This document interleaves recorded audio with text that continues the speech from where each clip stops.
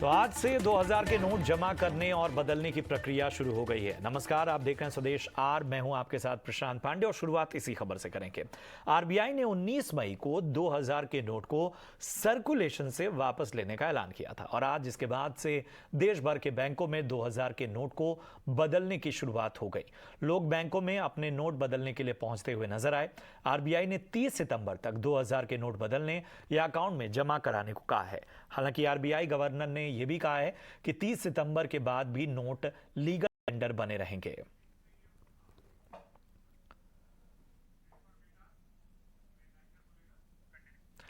और मुंबई में बैंकों के बाहर किस तरह से लोग जमा हुए और आज पहला दिन था, ग्राउंड पर क्या नजर आया, रियलिटी चेक किया हमारे सहयोगी अनुराग शाह ने। रिजर्व बैंक के 2000 रुपए के नोट के ऐलान के बाद आज पहला दिन है जहां पर बैंक ब्रांच पे आप 2000 रुपए के नोट को एक्सचेंज करा सकते हैं। और इस समय हूं मैं मुंबई के कांदिवली इलाके की स्टेट बैंक ऑफ इंडिया की ब्रांच के बाहर। 10 बजे से पहले मैं इस ब्रांच पर आया था ये देखने के लिए क्या ब्रांच खुलने से पहले लंबी कतारें हैं, लेकिन ऐसा कुछ देखने को नहीं मिला। लंबी कतारें नहीं है, ज़्यादा रश भी नहीं है, लोग आराम से आ रहे हैं। बैंक के द्वारा एक टोकन सिस्टम अपनाया गया है। जो भी कस्टमर है जिसे 2000 रुपये के नोट एक्सचेंज कराने हैं उसे टोकन दिया जाता है। इसके अलावा किसी भी तरह की पर्ची भरने की जरूरत नहीं है, डिपॉजिट स्लिप भरने की जरूरत नहीं है। बैंक के द्वारा आइडेंटिटी प्रूफ भी नहीं मांगा जा रहा है। जो भी कस्टमर है उसे टोकन दिया जा रहा है और 20,000 रुपये तक के जो नोट है वो एक्सचेंज किए जा रहे हैं। कुछ ग्राहकों से हमने बात करी, आइए उन्हें सुनते हैं। बैंक का काम स्मूथ है, विदाउट एनी हेडर, एकदम सिंपल। और एक्चुअली ऐसे तो टीवी सब में दिखा है, वैसे इधर प्रोसीजर है। I like it. और क्या आपसे कोई डिपॉजिट स्लिप भरवाई गई या नहीं, ऐसा खुद नहीं, खाली अंदर गया, टोकन दिए उन लोग और डायरेक्ट केस काउंटर पे जाके एक्सचेंज करके दिया। 2000 का नोट का मेरे को एक्सचेंज करके 500 का मैंने मांगा, 500 का दिया। ऐसा प्रॉब्लम कुछ नहीं, अच्छी तरह से ट्रीट किया। और आपसे कुछ फॉर्म स्लिप वगैरह? नहीं, कुछ नहीं, ऐसा ही एक्सचेंज करके दिया। मैं तो ये कहूँगा कि एसबीआई में जो इन्होंने एक्सचेंज की फैसिलिटी दी है वो बहुत ही एक्सीलेंट है। और इन्होंने कोई आईडी प्रूफ नहीं मांगा मेरे से और सिर्फ इतना ही किया कि क्योंकि लाइन नहीं लगे इन्होंने टोकन इशू किए और टोकन में विदिन 5 मिनट्स मेरा काम हो गया। और वहीं हमारी सहयोगी सुमिता करीर ने भी ऐसे ही एक बैंक का जायजा लिया। देख लेते हैं उनकी ग्राउंड रिपोर्ट। आपको ये ओवरऑल जो एक्सपीरियंस था अंदर अपना नोट्स एक्सचेंज करवाने का, वो कैसा लगा? एकदम सिंपल था। जैसे हम रोज मर्तबा की बैंकिंग करते हैं वैसे ही हम अंदर गए, आराम से बस एक आईडी दिया एंड नोट्स एक्सचेंज हो गए। सर, आपका क्या कहना है कि कोई पैनिक, क्या आप जब अपने दोस्तों से बात करते हैं या अंदर आपको कुछ ऐसा पैनिक का माहौल देखने को मिला? नहीं मैडम, मैं बैंक के अंदर आप भी जाके देख सकते हैं, कोई भीड़ नहीं है, सिंपल प्रोसेस है। मैंने जस्ट जाके काउंटर पे पूछा कि पेन स्लिप भर दीजिए, कोई भी एक आईडी प्रूफ, पैन कार्ड, आधार कार्ड, वोटर आईडी आप इसके साथ में दे दीजिए और इजीली 20,000 आप नोट दीजिए और 500 के वो आपको एक्सचेंज करके दे दें। कोई भी रस नहीं, कोई भी ऐसा पैनिक की सिचुएशन नहीं है। तो आपने कितने के करवाए? मैंने 20,000 कराया मैडम। सर, आपने? 20,000। और वहीं हेल्थ फार्मा सेक्टर से जुड़ी बड़ी खबर है। देश में कफ सिरप बनाने वाली कंपनियों को अब एक्सपोर्ट से पहले सरकारी लैब से टेस्टिंग करानी अनिवार्य होगा। डीजीएफटी के जारी नोटिफिकेशन के मुताबिक 1 जून से ये नियम लागू हो जाएंगे। पूरी खबर पर ज्यादा जानकारी दे रहे हैं हमारे सहयोगी समीर दीक्षित।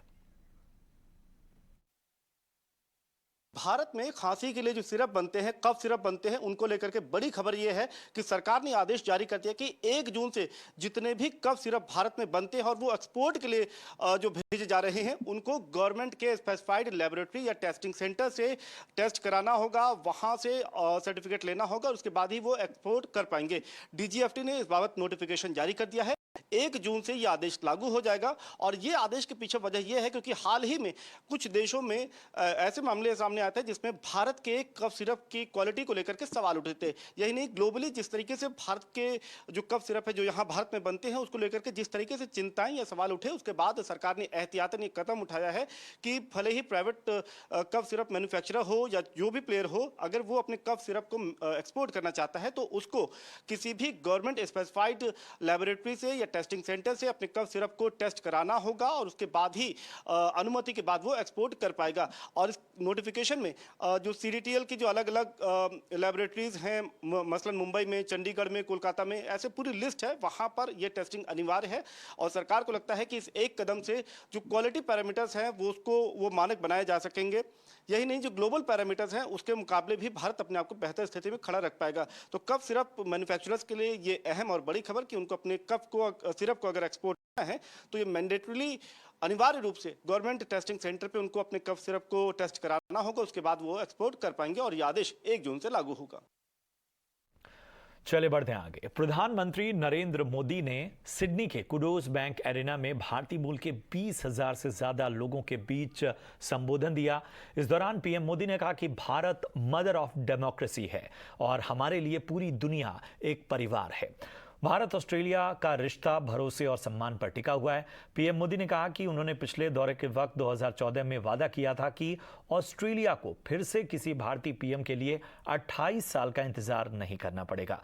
इससे पहले ऑस्ट्रेलिया के पीएम अल्बनीज ने मोदी की तारीफ करते हुए कहा कि मोदी इज द बॉस। पहली बार यहां ऑस्ट्रेलिया में किसी भारतीय प्रधानमंत्री का इस तरह का भव्य स्वागत हुआ है।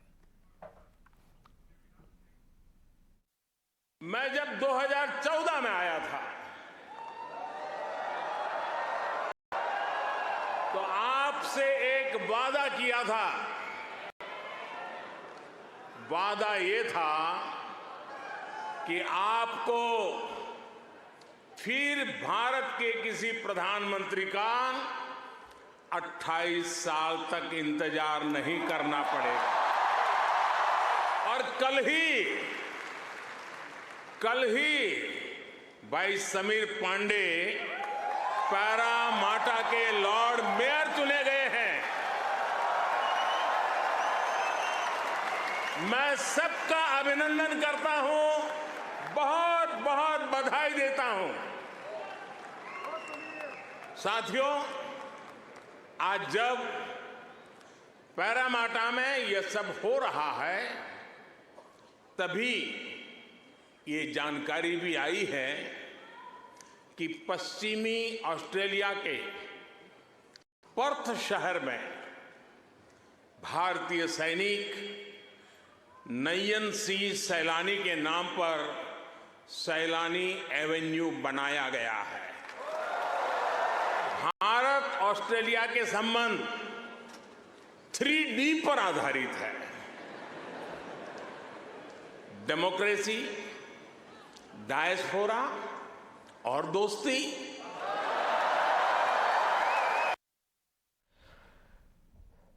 चले बढ़ते हैं आगे और अब बात आज के बाजार की। बाजार आज लगातार तीसरे कारोबारी दिन तेजी के साथ बंद हुए। निफ्टी 34 अंक चढ़कर 18,348 पर बंद हुआ। निफ्टी के 50 में से 30 स्टॉक्स में तेजी नजर आई। सबसे ज्यादा तेजी अदानी एंटरप्राइजेज और डीवी लैब्स में दिखी। सेंसेक्स और निफ्टी बैंक भी हरे निशान में बंद हुए। निफ्टी मिड कैप में लगातार दूसरे दिन बढ़त नजर आई। निफ्टी मेटल पर सबसे ज्यादा बढ़त वाला सेक्टर रहा। इसके साथ ही फार्मा, ऑटो और एनर्जी में तेजी दिखाई दी। दिन भर बाजार में क्या रही हलचल और कल के लिए क्या होंगे ट्रिगर्स, बता रही हैं प्रियंका उपलानंद। आईटी स्टॉक भी पॉजिटिव थे, सारे स्पेसेस से ऑटो वापस आए, बैंक्स एंड फाइनेंशियल सुबह से ही एक स्ट्रेंथ दे रहे थे और इंडेक्स मैनेजमेंट में अडानी स्टॉक्स का भी आज कंट्रीब्यूशन रहा।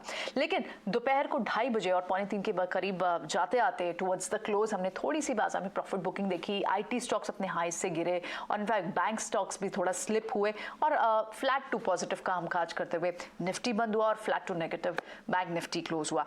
बड़े ट्रेड्स कहाँ आज थे? आज क्योंकि फिर से अडानी स्टॉक्स में एक मूव थी थी तो अडानी एंटरप्राइज हो, अडानी पोर्ट्स हो, खुलने के साथ ही 7-8% की मूव वहाँ थी, लेकिन बाद में वो गेन्स इरोड होकर लगभग 2.5% तक की बढ़त के साथ बंद हुए। अडानी विल्मर आपको उसमें मिड कैप में देखा और कैश के भी तमाम दूसरे स्टॉक भी सर्किट पे थे। ट्रांसमिशन, टोटल गैस की बात करें तो बैंक्स वापस आए, फाइनेंस वापस आए, आईटी के कुछ नेम्स लाइक इन्फोसिस, प्रो, इनमें मूव थी, लेकिन आपको कहीं ना कहीं मिड कैप आईटी में फॉल दिखा। चाहे एलटीआई माइंडट्री हो, परसिस्टेंट हो, कोफोर्ज हो, एलटीटीएस हो, वहां पर आपको थोड़ी सी गिरावट जरूर दिखी लास्ट आवर में, पिछले कुछ मिनटों में। उसके अलावा थोड़ा प्रेशर जो स्टॉक्स लाल निशान में बंद हुए, इसमें सीमेंट में ग्रासिम, अल्ट्राटेक, एलएनटी, जहां कल एक स्ट्रेंथ दिख रही थी, वहां पर आपने गेन्स इरोड होते हुए देखे। और स्ट्रेंथ के साथ आप कंजम्पशन स्पेस के स्टॉक्स देख रहे हैं, वहां पर स्ट्रेंथ थी। बजाज फिनसर्व, बजाज ट्विंस वापस आए। इसके अलावा बैंक्स में इंडसइंड बैंक तेज था, हिंडाल्को बिफोर द नंबर्स आपको तेज दिखाई दिया। और कंजम्पशन स्टॉक्स में एक्सो नोबेल के नंबर्स आए थे तो एशियन पेंट्स और इनका क्रूड का भी ट्रिगर रहता है, वहां पर तेजी थी। सिलेक्टिवली आपको स्टील पैक में, इनफैक्ट मेटल काउंटर्स तो अच्छा खासा, आज तीसरा दिन था जब मेटल टॉप गेनर रहा और वहां पर अच्छी स्ट्रेंथ दिखाई दी। कंजम्पशन नेम्स में कुछ टाटा कंज्यूमर, आईटीसी जैसे स्टॉक्स आए, तो वहीं टाइटन जैसे स्टॉक्स थोड़े से नेगेटिव थे। लेकिन बड़ी जो तेजी आपको आज दिखी वो स्मॉल कैप इंडेक्स में दिखी। 5 महीने के इंटरडे हाई पे आपको स्मॉल कैप इंडेक्स दिखा। मिड कैप में भी कई सारे प्रोमिनेंट ट्रेड्स आज दिखाई दिए। क्लियरली जहां पर मूव थी अदानी विल्मर था, पतंजलि फूड्स में भी 5% की मूव थी। टायर स्पेस में आपको सीएट, बालाकृष्णा ये अच्छे चल रहे हैं। रिटेल काउंटर्स में आदित्य बिरला, ट्रेंड जैसे स्टॉक्स में मूव आई, लेकिन जो सरप्राइजिंग मूव थी और जो स्ट्रॉन्ग मूव थी, काउंटर स्पेसिफिक मूव थी, वो स्मॉल कैप में थी। और स्मॉल कैप के कई सारे काउंटर्स आप बात करें, एमसीएक्स जैसे काउंटर्स हो, रूट मोबाइल जैसे काउंटर्स हो, बजाज इलेक्ट्रिकल जैसे काउंटर हो, Mazagon dock, APL Apollo tube, इनमें एक अच्छी खासी मूव थी, जिसके चलते आपने देखा कि स्मॉल कैप स्पेस में एक अच्छी स्ट्रेंथ जरूर दिखाई दी। ओवरऑल आज के सेटअप में 18,400 के ऊपर बाजार रहा और बहुत हद तक सस्टेन भी करा, लेकिन लास्ट आवर में जरूर गेन्स इरोड हुए और 44,000 के ऊपर बैंक निफ्टी ने भी काफी देर तक सस्टेन किया, लेकिन थोड़ा सा शायद प्रॉफिट बुकिंग का प्रेशर था और going before into the closing हमने वो गेन्स इरोड होते हुए भी जरूर देखे। लेकिन बैंक्स एंड फाइनेंस सेक्टर की वापसी आई, ऑटो वापस आए और साथ आईटी का थोड़ा सा मिड कैप आईटी में जरूर आपको स्ट्रेंथ लूजन होती हुई देखी, लेकिन स्पेसिफिक स्टॉक स्पेसिफिक एक्शन काफी सारा स्मॉल कैप स्पेस में देखने को मिला आज। चलिए बढ़ते हैं आगे।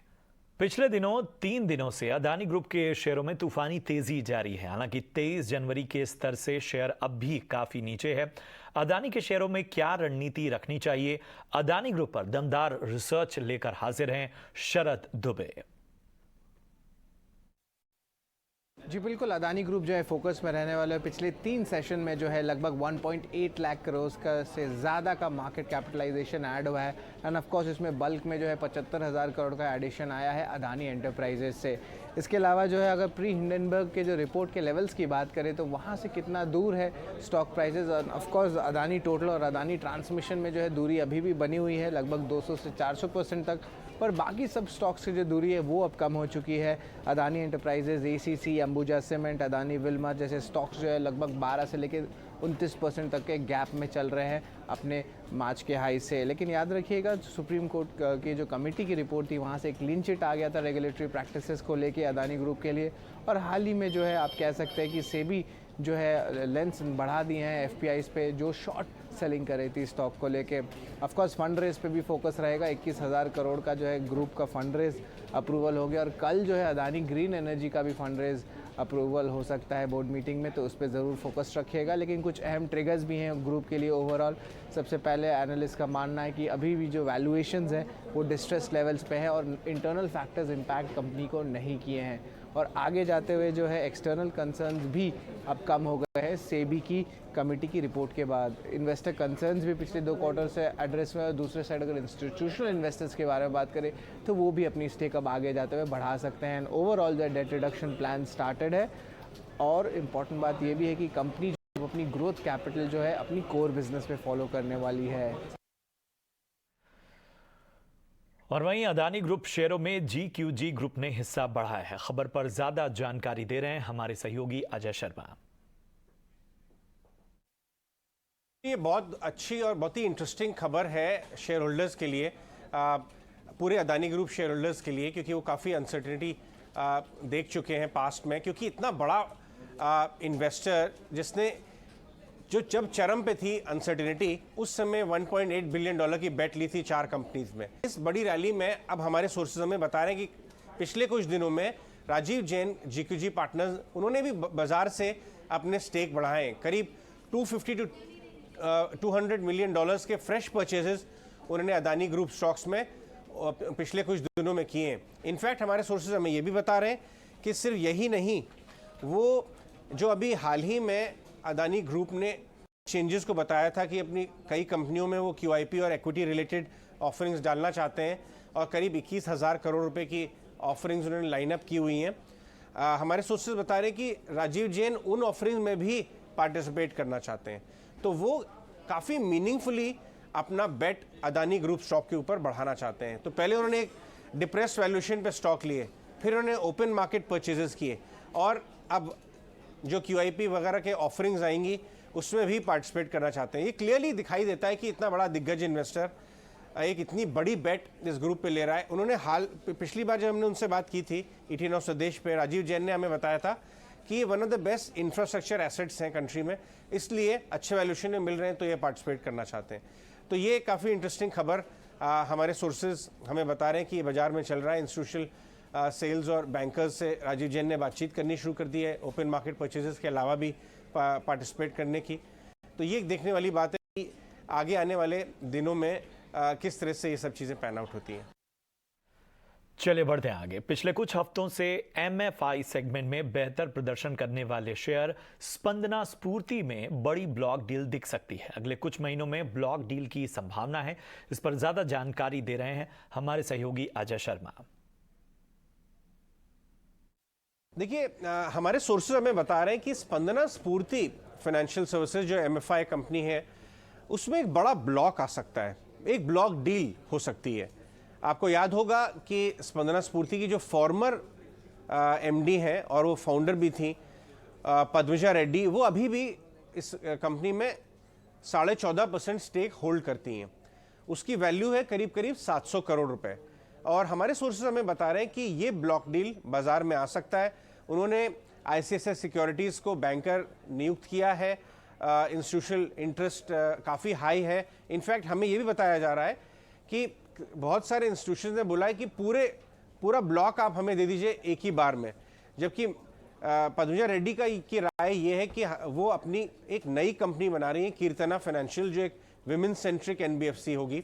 उसमें कैपिटल की ज़रूरत है, तो वो इस पैसे से उस कंपनी को बनाना चाहती हैं, बट उनको पूरा 700 करोड़ की ज़रूरत अभी नहीं है। तो हमें जानकारी ये मिली है कि वो ट्रांचेज में अपने ब्लॉक्स देंगी और इसका रीज़न ये भी है क्योंकि स्पंदना स्फूर्ति के अगर आप रिजल्ट्स देखें, अभी फोर्थ क्वार्टर के रिजल्ट बहुत शानदार आए थे, तो ये चांसेस है कि बहुत डीप डिस्काउंट पे ये ब्लॉक ना हो। यूजुअली हमने देखा है बड़े ब्लॉक्स बड़े डीप डिस्काउंट पे आते हैं। एक तो कंपनी अच्छा परफॉर्म कर रही है, दूसरा मैडम रेड्डी को पैसे की ज़रूरत है लेकिन बहुत ज़्यादा फायर एग्जिट जैसी सिचुएशन नहीं है। इनफैक्ट बहुत ज़्यादा इंस्टीट्यूशनल इंटरेस्ट हाई है, वो पूरा ब्लॉक एक ही बार में लेना चाहते हैं।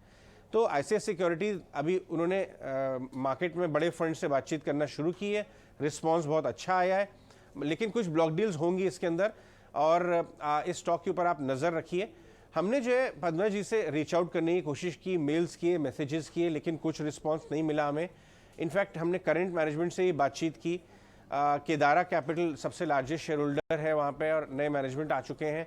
उन्होंने भी कहा कि हम मार्केट स्पेकुलेशन पे रिस्पॉन्ड नहीं करते हैं, लेकिन हमारे सोर्स से ये कह रहे हैं कि स्पंदना में एक बड़ा ब्लॉक होगा और मल्टीपल ब्लॉक्स भी हो सकते हैं, तो इसके ऊपर आप नज़र बना के रखें। इंस्टीट्यूशनल इंटरेस्ट बहुत हाई है। और इन सबके बीच कल हिंडाल्को के नतीजे आने वाले हैं, अनुमान बता रही हैं आशीषा।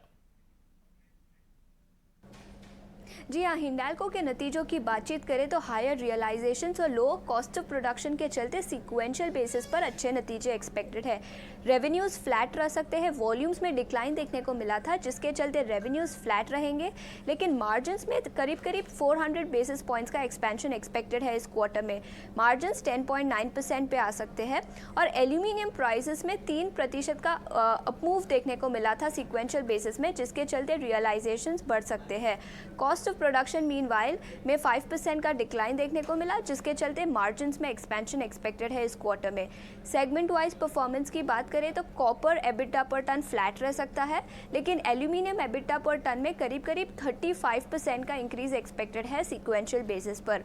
याद रखें नोवेलिस जो हिंडाल्को की होली ओन सब्सिडरी है और नोवेलिस हिंडाल्को के टोटल रेवेन्यू का 60 to 70% शेयर है, उसके नतीजे कुछ दिन पहले आए थे। नतीजे अनुमान के मुताबिक थे, लेकिन मैनेजमेंट कमेंट्री काफ़ी म्यूटेड थी नोवेलिस की।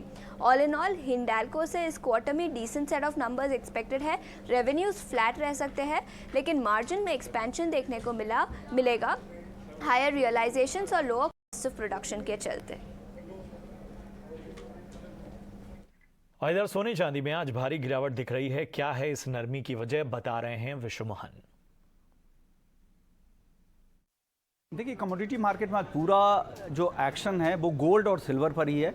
गोल्ड में अगर बात करें तो MCX पर 400 रुपये से ज़्यादा की गिरावट दिख रही है। आधे % तक की गिरावट कॉमेक्स पर भी दिख रही है। $1960 के नीचे कॉमेक्स पर गोल्ड आ चुका है। और रिकॉर्ड से अगर MCX पर अगर बात करें तो 2000 रुपये से ज़्यादा की गिरावट अब तक MCX पर आ चुकी है। लेकिन चांदी में आज बिकवाली काफ़ी ज़्यादा है। रिकॉर्ड स्तरों से MCX पर चांदी करीब 7000 रुपये नीचे आ चुकी है और 2 से 2.5% तक की गिरावट कॉमेक्स पर भी चांदी में दिख रही है। तो यानी भारी बिकवाली का माहौल चांदी में यहाँ पर दिख रही है। फंडामेंटल्स ये है कि डॉलर इंडेक्स जिस तरह से मजबूती दिखा रहा है, 103 के ऊपर लगातार बना हुआ है, उससे यहाँ पर दबाव बना है। साथ ही बॉन्ड डील की बात करें तो बुट्स में भी लगातार तेज़ी है, उससे भी यहाँ पर दबाव है, क्योंकि गोल्ड एक नॉन इंटरेस्ट पेइंग इंस्ट्रूमेंट है और वहाँ पर इंटरेस्ट मिलता है। तो वो अगर बॉन्ड यील्ड में अगर तेज़ी आती है तो उसका फ़ायदा बॉन्ड में लोगों का निवेश बढ़ता है और गोल्ड सिल्वर में निवेश घटता है। साथ ही डेट सीलिंग को लेकर US में लगातार चर्चा चल रही है और पॉजिटिव बातचीत हुई है और लग रहा है कि 1 जून से पहले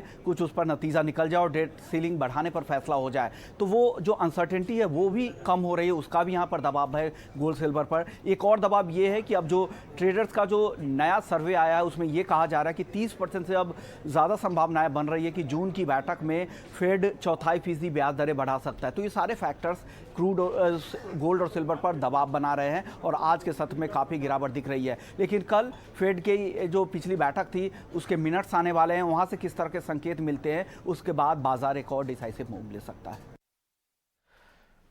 बढ़ते हैं अगली खबर की ओर। कश्मीर में G20 बैठक का आज दूसरा दिन रहा। G20 बैठक में हिस्सा लेने वाले प्रतिनिधियों ने फिल्म पर्यटन और राष्ट्रीय पर्यटन नीति पर विस्तार से चर्चा की। नीति को बहुत जल्दी लागू करने के लिए आगे लाया गया है। बैठक का उद्घाटन उपराज्यपाल मनोज सिन्हा ने किया। अपने भाषण में उन्होंने कश्मीर की बदलती छवि के बारे में बात की और पूरी दुनिया को कश्मीर घूमने का न्योता भी दिया।